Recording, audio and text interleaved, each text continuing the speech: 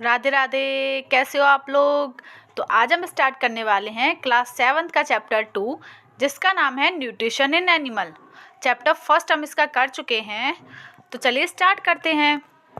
इस चैप्टर में हम पढ़ेंगे कि जो एनिमल्स होते हैं वो अपना खाना कैसे बनाते हैं, मतलब कैसे वो न्यूट्रिशन लेते हैं।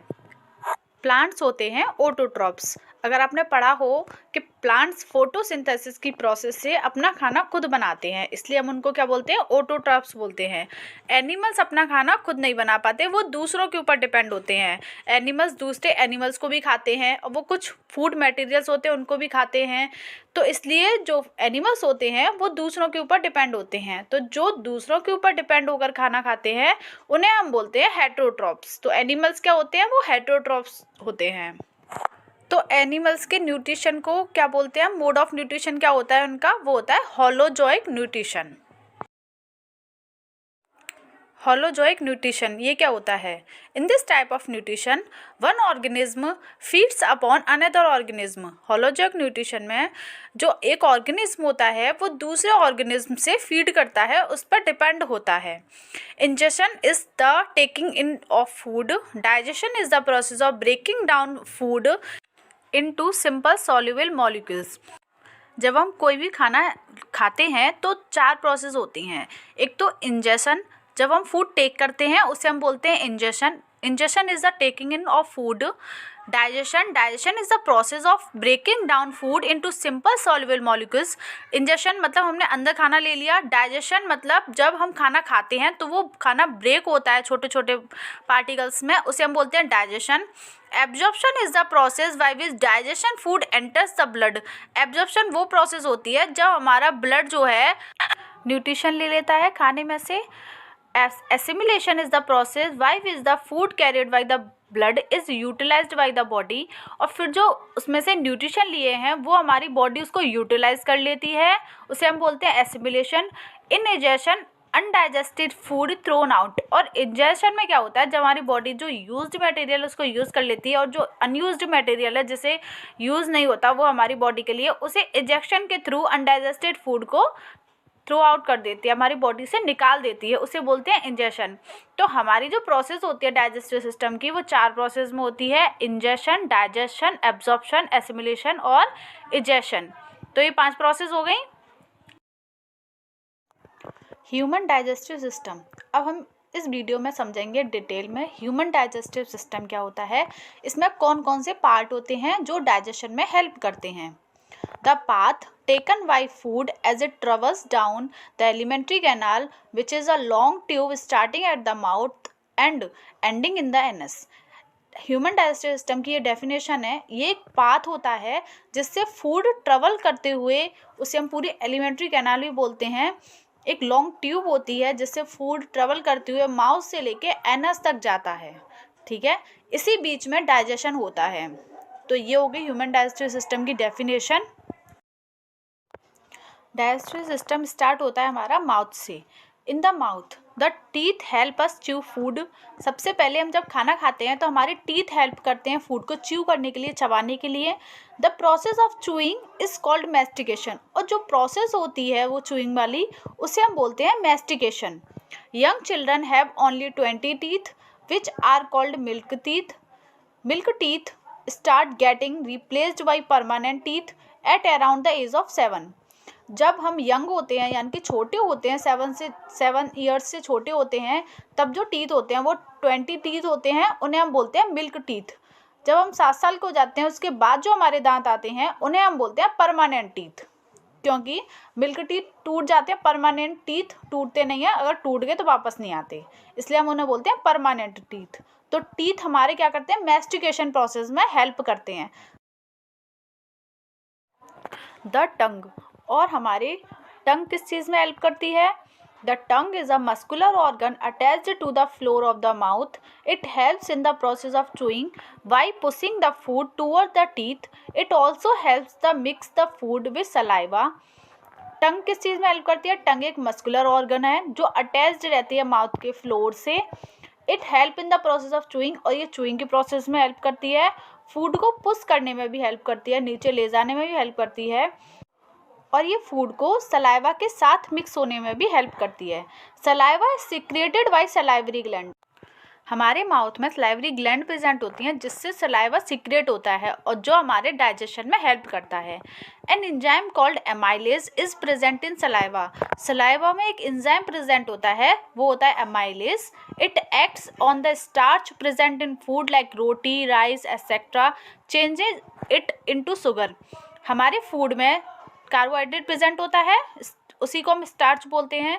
तो जो स्टार्च प्रेजेंट होता है, स्टार्च किस चीज़ में प्रेजेंट होता है, जिनमें कार्बोहाइड्रेट प्रेजेंट होता है, जैसे रोटी है, राइस है।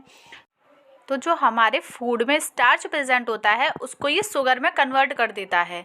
तो ये एंजाइम किस चीज़ में हेल्प करता है, स्टार्च को शुगर में कन्वर्ट करने के लिए, और ये प्रेजेंट होता है हमारे सलाइवा में। कौन सा एंजाइम, अमाइलेज। ठीक है। In the pharynx and oesophagus हमने कौन कौन सी चीज़ें पढ़ ली, हमने मेस्टिगेशन प्रोसेस पढ़ ली। मेस्टिगेशन प्रोसेस में कौन कौन सी चीज़ें हेल्प करती हैं, टंग हेल्प करती है, और सलाइवरी ग्लैंड हेल्प करती हैं, और टीथ हेल्प करते हैं। उसके बाद हमारा खाना आता है फेरिंग्स और oesophagus. The tongue rolls chewed food into a ball and pushes it into short muscular tube called the pharynx. फिर हमारा खाना च्यूब्ड होकर एक रोल बना लेता है, मतलब एक गोली जैसा बना लेता है। उसके बाद वो शॉर्ट मस्कुलर ट्यूब में जाता है जिसे हम बोलते हैं pharynx. From the pharynx the food goes into a long tube called oesophagus. Pharynx के बाद हमारा खाना किस में जाता है, ईसोफेगस में जाता है। Food is prevented from going into the wind pipe by a small flap like structure called the epiglottis. Wind pipe और फूड पाइप पास ही पास होते हैं, पर फिर भी विंड पाइप में खाना नहीं जाता, फूड पाइप में ही खाना जाता है। तो इस चीज़ से प्रिवेंट कौन करता है, इस चीज़ से प्रिवेंट करता है फ्लैप लाइक स्ट्रक्चर जिसे हम बोलते हैं एपिग्लॉटिस। जब खाना ईसोफेगस में जाता है तो एपिग्लॉटिस विंड पाइप का माउथ क्लोज कर देता है ताकि खाना विंड पाइप में नहीं आ सके। पर कभी कभी क्या होता है कि विंड पाइप में थोड़ा बहुत खाना चला जाता है, तो उसकी वजह से हमारा गला जो है वो चोक हो जाता है, ठसका लग जाता है हमको। Every time we swallow the epiglottis closes the wind pipe. हमेशा जब भी हम खाना खाते हैं, स्वेल करते हैं, तो एपिग्लॉटिस विंड पाइप का माउथ जो है वो क्लोज कर देता है। When it forget to time it movement food और water enter the wind pipe and we choke. कभी कभी अगर खाना चला जाता है या फिर वाटर चला जाता है तो हमारा गला जो है वो चोक हो जाता है, ठसका लग जाता है हमको। ये मैंने पहले ही बताया था। इन द स्टमक, अब हमारा खाना ईसोफेगस से होते हुए आ गया स्टमक में। Food travel down the oesophagus to the stomach which is a J shaped tube. हमारा जो स्टमक की शेप होती है वो जे शेप्ड ट्यूब होती है जिसमें अब हमारा खाना आ गया है स्टमक में। Glands in the wall of the stomach secrete a digestive juice which contains hydrochloric acid and an enzymes called pepsin. अब जो स्टमक की ग्लैंड हैं वो डाइजेस्टिव जूस सीक्रेट करना शुरू करेंगी जिससे हमारा खाना डाइजेस्ट होगा। और हमारे डाइजेस्टिव जूस में कौन कौन सी चीज़ें प्रेजेंट होती हैं, एक होता है हाइड्रोक्लोरिक एसिड HCl, और एंजाइम प्रेजेंट होता है जिसका नाम है pepsin. The food mixes in the stomach thoroughly with the digestive juice. Digestive juice की वजह से हमारा जो फूड है वो मिक्स होता है स्टमक में और डाइजेस्टिव की प्रोसेस होती है। इन द स्मॉल इंटेस्टाइन, अब हमारा खाना स्टमक के बाद आता है स्मॉल इंटेस्टाइन में। The food then enter a long coil tube called the small intestine. Stomach के बाद हमारा खाना आएगा एक लॉन्ग ट्यूब में जिसे हम बोलते हैं small intestine. It is here that most of the digestion of food takes place. यहाँ पर सबसे ज़्यादा फूड का डाइजेशन होता है। Complex food molecules are broken down into simple soluble molecules that the body can absorb. यहाँ पर ही हमारी एब्जॉर्प्शन की प्रोसेस होती है, और कॉम्प्लेक्स जो फूड मॉलिक्यूल्स होते हैं वो ब्रेक डाउन होते हैं सिंपल मॉलिक्यूल्स में। जैसे carbohydrate are break down into glucose. Carbohydrate किस में ब्रोकन डाउन हो जाता है, ग्लूकोज में ब्रोकन डाउन हो जाता है। Large intestine. Some enzymes are produced by an organ called the pancreas, lying behind the stomach, and the liver, which lies in front of the stomach. कुछ enzymes जो हैं वो पेनक्रियास से release होते हैं जो कि डाइजेशन में हेल्प करते हैं, और वो स्टमक के पीछे की साइड में होता है. The pancreas secretes pancreatic juice and the liver secrete bile. और जो पेनक्रियाज होता है वो पेनक्रियाटिक जूस सिक्रेट करता है और लिवर जो है वो वाइल सिक्रेट करता है. Bile is stored in a structure called gall bladder. और जो वाइल है वो गॉल ब्लैडर में स्टोर होता है. Bile helps to break down fats into small droplets. This makes the digestion of fat easier. और जो वाइल है फैट को ब्रेक डाउन करता है स्मॉल ड्रॉपलेट्स में और डाइजेस्ट करता है, मतलब फैट को डाइजेस्ट करने में वाइल हेल्प करता है. The inner wall of the small intestine has million of finger-like folds called villi. और हमारी small intestine में मिलियन ऑफ फोल्ड्स प्रेजेंट होते हैं जो कि डाइजेशन में हेल्प करते हैं, जिसे हम बोलते हैं villi. The villi increase the surface available for absorption. जो विलाई होती हैं वो सरफेस इंक्रीज कर देती हैं एब्जॉर्प्शन के लिए, यानी कि सरफेस एरिया बढ़ा देती हैं एब्जॉर्प्शन के लिए.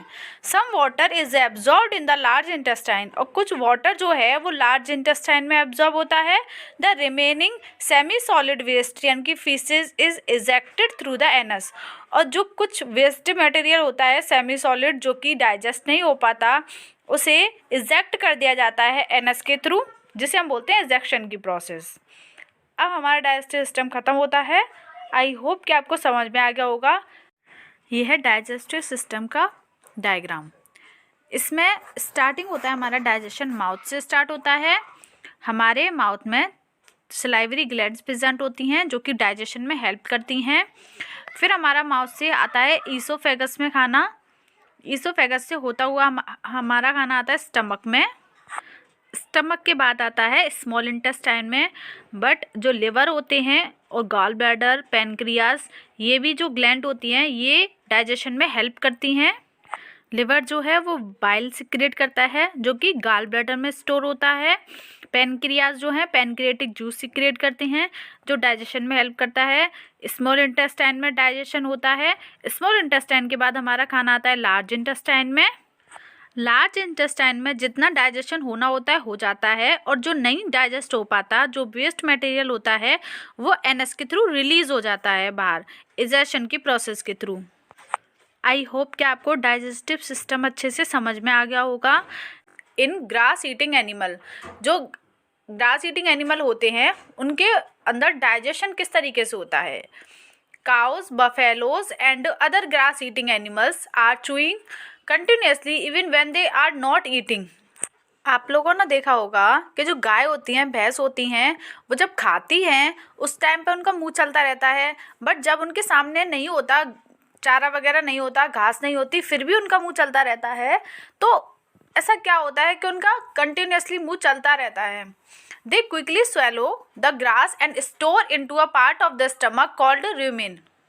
जो ग्रास ईटिंग एनिमल होते हैं, जो गाय वगैरह होती हैं, उनके अंदर एक पार्ट होता है जिसका नाम होता है रूमेन. उनके स्टमक में होता है ये.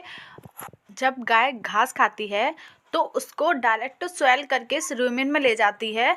फिर धीरे धीरे रूमेन से वापस लाती है माउथ में और दोबारा से उसे च्यूई करके डाइजेस्ट करती है. तो वो स्टोर करके रखती है रूमेन में अपने खाने को.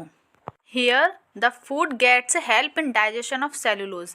रूमेन में एक चीज़ हो जाती है, रूमेन में जो फूड में सेलुलोज होता है वो डाइजेस्ट हो जाता है. Animal like horse's, rabbit etcetera have a large sac-like structure called cecum between the esophagus and the small intestine.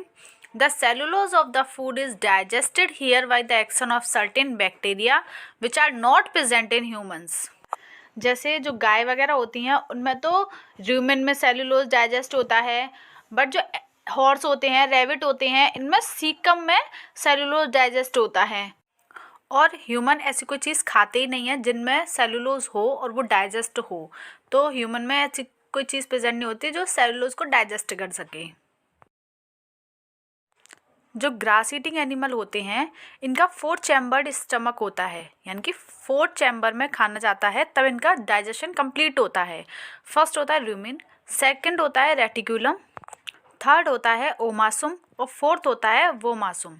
तो पहले खाना रूमिन में जाता है, जो ये डायरेक्ट स्वेल करके रूमिन में ले जाती हैं, फिर ये वापस रूमिन से वापस माउथ में ला सकती हैं। बट एक बार अगर रूमिन से खाना रेटिकुलम में चला गया तो वापस वो माउथ में नहीं आ सकता। रूमिन में ये स्टोर करके रखती हैं और रूमिन में ही सेलुलोज का डाइजेशन होता है। तो फर्स्टली जब ये खाना स्वेल करती हैं तो फिर रूमिन में जाता है, रूमिन के बाद जाता है रेटिकुलम में, फिर जाता है ओमासुम में, फिर जाता है वोमासुम में।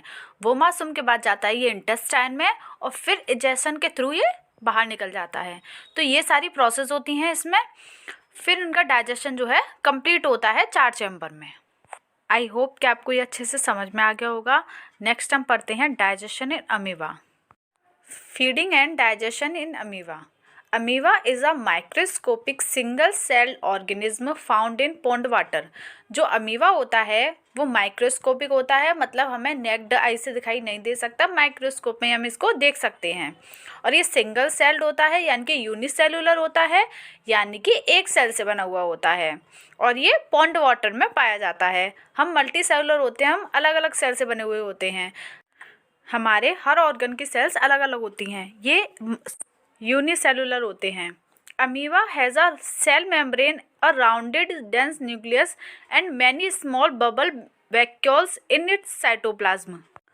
अमीबा के ऊपर सेल मेम्ब्रेन होती है, उसके अंदर एक डेंस न्यूक्लियस होता है राउंड शेप का, और साइटोप्लाज्म प्रेजेंट होता है। और साइटोप्लाज्म के अंदर बबल्स लाइक स्ट्रक्चर होते हैं जिन्हें हम बोलते हैं vacuoles. It pushes out one और मोर फिंगर प्रोजेक्शंस कॉल्ड स्यूडोपोडिया और फॉल्स फीट मूवमेंट।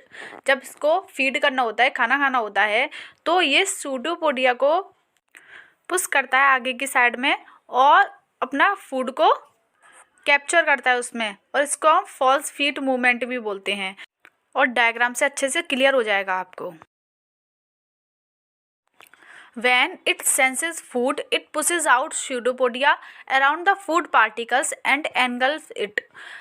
ये क्या करता है, पहले फूड को सेंस करता है, फिर उसके बाद स्यूडोपोडिया को पुश करता है आगे की ओर, और जो फूड पार्टिकल्स होते हैं उनको एनगल्फ कर लेता है, यानी कि अपने अंदर ले लेता है। The food becomes trapped in a food vehicles, और जो फूड है वो ट्रैप्ड हो जाते हैं फूड वेहिकल्स के अंदर। Digestive juice are secreted into the food vehicles. जो साइटोप्लाज्म प्रेजेंट था, साइटोप्लाज्म के अंदर फूड वेहिकल्स प्रेजेंट होते हैं जिसमें से डाइजेस्टिव जूस सिक्रेट होता है, जो कि उसको डाइजेशन में हेल्प करते हैं। सबसे पहले क्या करते हैं कि अमीबा ने उसको फूड को सेंस किया, सेंस करने के बाद स्यूडोपोडिया को पुश किया आगे की ओर, फिर वो क्या करता है फूड वेहिकल्स को ट्रैप कर लेता है अपने अंदर। फूड वेहिकल्स ट्रैप होने के बाद वो जाता है साइटोप्लाज्म में, और साइटोप्लाज्म में प्रेजेंट है फूड वेहिकल्स जिसमें से डाइजेस्टिव जूस सिक्रेट होता है, जिससे कि डाइजेशन की प्रक्रिया स्टार्ट होती है। They act on the food and break it down into a simple substance. और जो फूड वेहिकल्स होते हैं वो उसको सिंपल सब्सटेंस में तोड़ देते हैं खाने को। Gradually the digestion food is absorbed, और फिर उसके बाद धीरे धीरे जो डाइजेशन फूड है वो एब्जॉर्ब्ड हो जाता है। The absorbed substance are used for growth, maintenance and multiplication। और जो एब्जॉर्ब हुआ है खाना उससे ही इसकी ग्रोथ होती है और इसका मल्टीप्लिकेशन होता है। मल्टीप्लिकेशन मतलब इसका डिवीज़न होता है, एक सेल से दूसरी सेल बनती है। The undigested residue of the food is expelled out by the vacuoles। और जो अनडाइजेस्टेड फूड है वो वैक्यूल से बाहर हो जाता है, निकल जाता है। तो इसकी डाइजेशन की प्रक्रिया समझ में आ गई कि ये फीड कैसे करता है, और इसके अंदर डाइजेशन कहाँ पे होता है। इसके अंदर मेनली जो डाइजेशन होता है वो साइटोप्लाज्म में होता है, और साइटोप्लाज्म में जो फूड वेहिकल्स प्रेजेंट होते हैं उसमें होता है इसका डाइजेशन। यह है पूरी प्रक्रिया डाइजेशन की कि अमीबा में कैसे कैसे डाइजेशन होता है। ये जो 1 लिखा हुआ है यहाँ से डाइजेशन स्टार्ट हो रहा है। ये फूड पार्टिकल्स और ये जो इसके अंदर प्रेजेंट है वो है न्यूक्लियस, और ये जो बिंदी बिंदी लगी हुई हैं यह है साइटोप्लाज्म। सबसे पहले इसमें हो रही है इंजेक्शन की प्रक्रिया। इसमें क्या करता है, ये स्यूडोपोडिया को आगे बढ़ाता है, फिर फूड वेहिकल्स को अपने अंदर एनगल्फ करता है। जैसे ही फूड पार्टिकल्स को अपने अंदर लेता है, इसको हम बोलते हैं इंजेशन की प्रक्रिया। उसके बाद फूड पार्टिकल्स को लेने के बाद ये आगे से अपना मुंह को कवर कर देता है, बंद कर देता है। उसके बाद डाइजेशन स्टार्ट होता है। नेक्स्ट डाइजेशन के बाद होता है एसिमिलेशन। खाना अंदर आने के बाद साइटोप्लाज्म में फूड वेहिकल्स प्रेजेंट होते हैं, उसमें डाइजेशन स्टार्ट हो जाता है, मींस एसिमिलेशन हो जाता है। एसिमिलेशन होने के बाद जितना भी अनडाइजेस्टेड फूड होता है वो इजेशन के थ्रू ऐसे रिलीज हो जाता है। तो ये फर्स्ट से स्टार्ट हो गए, first, second, third, fourth, fifth, sixth, seventh, इनमें इसकी पूरी डाइजेशन ऐसे कंप्लीट हो जाती है। ये डायग्राम आप देखकर आपको अच्छे से समझ में आ रहा होगा कि कैसे अमीबा अपना डाइजेशन पूरी कंप्लीट करता है। अब ये चैप्टर हमारा यहीं ख़त्म होता है। नेक्स्ट क्लास में हम नेक्स्ट चैप्टर पढ़ेंगे। आई होप कि आपको ये चैप्टर अच्छे से समझ में आ गया होगा और ये वीडियो आपको अच्छी लगी होगी। Thank you.